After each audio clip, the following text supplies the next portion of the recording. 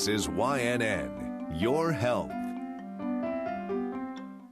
Cancer patients who undergo a mastectomy now have another option for breast reconstruction. Here's how St. David's Medical Center is helping women bounce back from a devastating disease. So you were diagnosed in January? January 20th.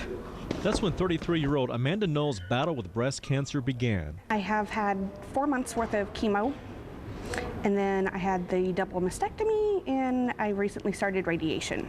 And on this day, she got her first look at this. It's called the Brava System.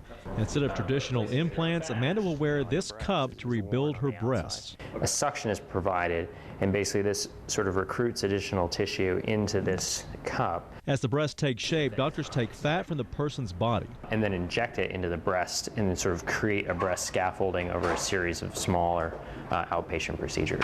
The result, a new breast built with the person's own fat. Doctors say it works better than traditional implants. The patient even has control over breast size. It's soft, it feels natural. When you gain weight, when you lose weight, it does that with you. Versus with the other techniques, it doesn't necessarily do that. I wanted a more natural look and feel, and something a little bit more permanent. And so I kind of get what I want now. The Brava system itself isn't new, but using it in this way is a first for Central Texas. For Amanda, it's a chance to get back what she lost and the confidence to go with it.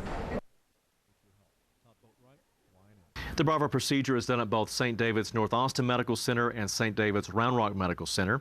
And for more information, including phone numbers for both hospitals, log on to stdavids.com.